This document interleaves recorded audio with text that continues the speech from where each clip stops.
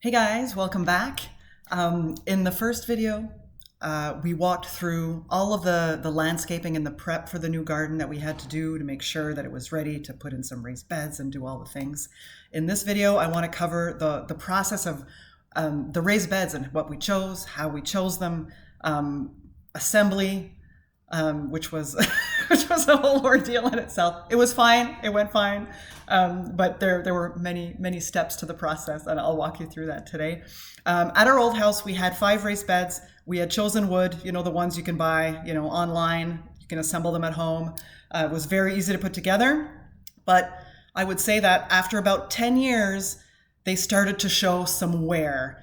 And we had started out with 2, and then we just added 1 almost every year after that to get up to 5. And then the oldest one was starting to fray as wood does.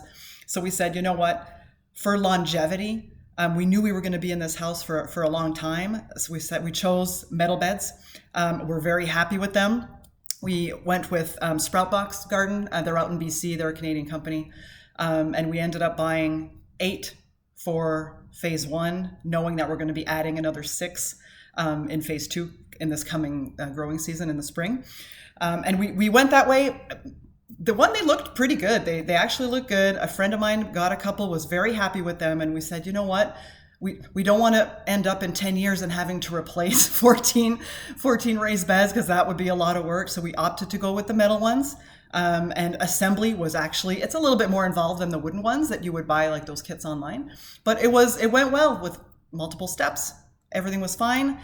Filling them was a whole other matter. When you're putting in multiple raised beds, you need to, there's a lot of soil, guys.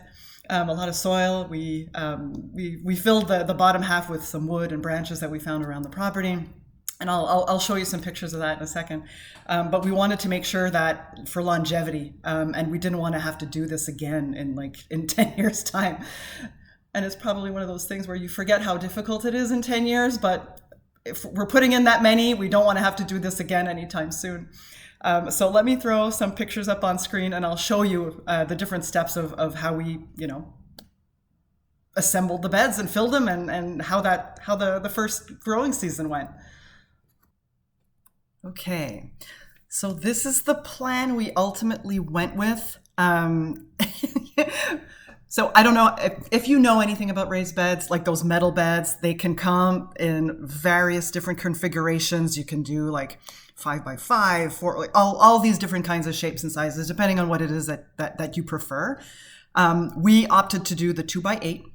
So one kit, we got 17-inch high. It was a 2x8, and we ended up getting 8 for the first season. So we did, if you're looking at the diagram, we decided to do the 4, like the 8 middle ones. So 1, 2, 3, 4, and then 6, 7, 8, 9, knowing that we would buy the additional ones this year for the upcoming season. So we wanted to get at least some done to be able to plant the berry bushes. So we did that in 1, 2, 6, and 7. And then we planted some things, just regular things, like lettuce and beans and things like that, just to get something out of the first growing season. So this was the plan that we finally settled on, just to know, based on the space that we had, how many we can fit. We did all kinds of different configurations, but that's what we ultimately chose. And then this was a big day, guys. This is when they finally arrived. We have 1 box already dismantled, so there's 7 left there. We just left them in the garage, and we would assemble them in the garage and then walk them down the path into the back of the property. They're very light, so that's easy to do. And then if you're a gardener, this site is very welcome and very happy having a pile of soil in my garage. It's a welcome site. And we went back and forth. We did all the math of debating whether or not to just get, soil dumped on our driveway versus using bags. And I'll tell what it came down to was, if we had a dumping of soil in the driveway, we knew that we would have to then shovel it into the wheelbarrow, wheel it to the backyard, and then shovel it again from the wheelbarrow into the raised bed. So we said, you know what? The price was very similar. It was comparable. So we said, it's going to be much easier to have these bags, put those bags in the wheelbarrow, wheel the bags, and then just dump them directly into the raised bed. So we said, for this time, we're not going to do, a pile of soil in the in the driveway. We'll do it in bags, and there were multiple trips to fill them. I can't even see how many there are there. There's about 20 some odd. But this would fill one bed, and we were planning on filling 8 this year. So many trips to the garden center, back and forth. Like every time we went into town for errands or whatnot, we'd come back with extra bags in the car, just to make sure that, we're being efficient with our time. The soil was, it's one of those things where whatever calculations you do, you always need more than you end up thinking that you'll need. All right, so we built one.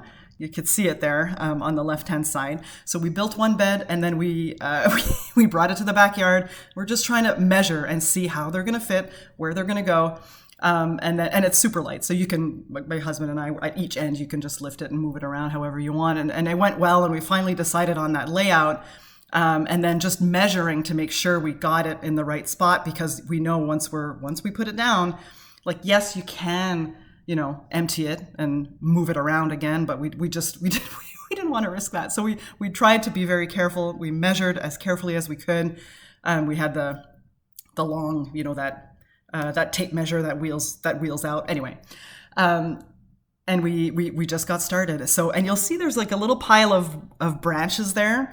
And in a picture that's coming up, you'll see there's a whole big pile. And I'll tell you all about that in a second. But we ended up filling the beds with wood from the property. You could technically fill it up with soil from the bottom all the way to the top, but that's a lot of soil. So we said, you know what? We have so many branches that have fallen, or just, around the property, just by wind or whatnot. We didn't cut down trees to fill them. We just grabbed whatever was already on the property. And we said, you know what, instead of wasting it, we're just going to use it, and we'll fill the bottom of the raised beds with branches and whatever it is that we can get our hands on, and then we'll fill the top with soil. And I used triple mix, if anybody's wondering. So we did that, and we started with, I think we started with 4. So then there's the other 2. So you'll see that pile of wood branches behind the fence there. During phase 1, when the landscaping company was here and they had to do some clearing and just make some room, they did take down a few trees just to make sure that the fence didn't impede or wouldn't cause any problems. And we asked them to just, you know what, we're going to be using the wood, so just put it in a pile and we'll just use it and we'll clear it and we'll just take from it when we want to fill the raised beds. And that worked out really well. We had tons of wood. It wasn't already rotted, so the expectation is that it's going to slowly rot over time at the bottom of the raised beds. And then we filled the rest with soil. So the way that we did this, once we had the placement, and they're open at the bottom, right? So it's just the frame. And then we put down the raised beds. Because it wasn't flush in the gravel, we kind of scooted the gravel that was inside the raised bed at the bottom, and we just scooted it against the sides so that anything that was in there, whether it was branches or soil, wouldn't seep out from the bottoms outwards. Just kind of make like a seal. And then we filled it with wood, which we wheelbarrowed from that big pile into the just inside the enclosure here. And then we wheeled the soil trip after trip after trip. There was a lot of trips, you guys, and emptying the bags. And I with the wood filled to about halfway, it took about 22 bags, I think it was, somewhere around there, just to get it filled to the top of each bed. And this is with 4 assembled. And these were the 4 that we knew we were going to put fruit bushes in. Berry bushes in. And you can see that the clover that was seeded along that big strip, I guess, around, like right inside of the fence, it's starting to turn green. That was all clover. And it was starting to sprout, which was really good. That turned out really well, and I'll get to that. I'm not sure if it's in this video or in the next one, but you'll see how cool that turned out to look.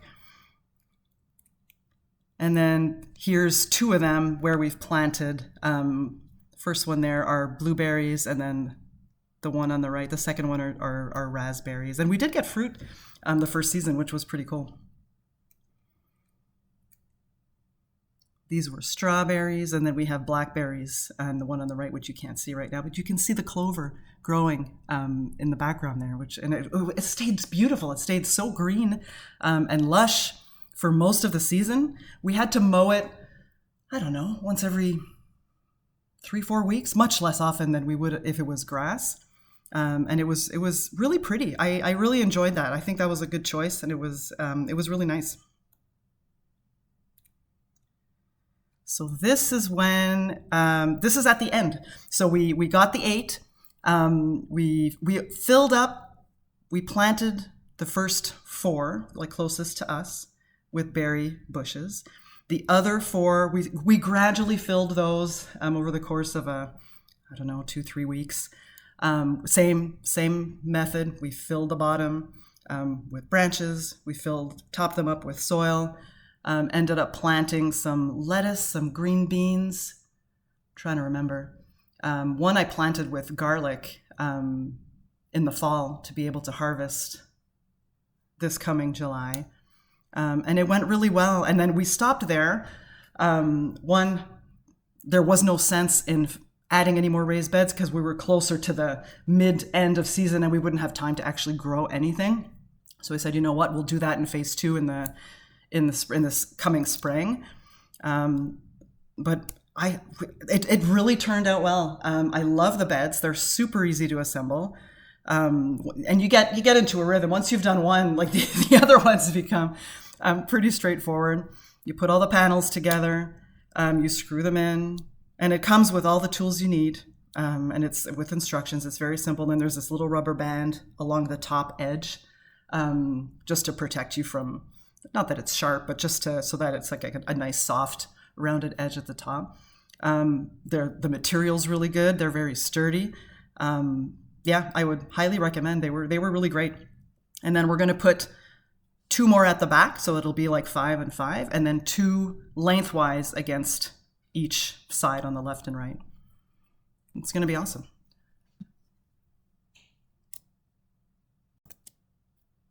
In the next video, I'm going to talk through how our growing season went, including the raised beds and what I was able to grow in containers on the back deck. That was always plan B in case we didn't get these raised beds ready in time.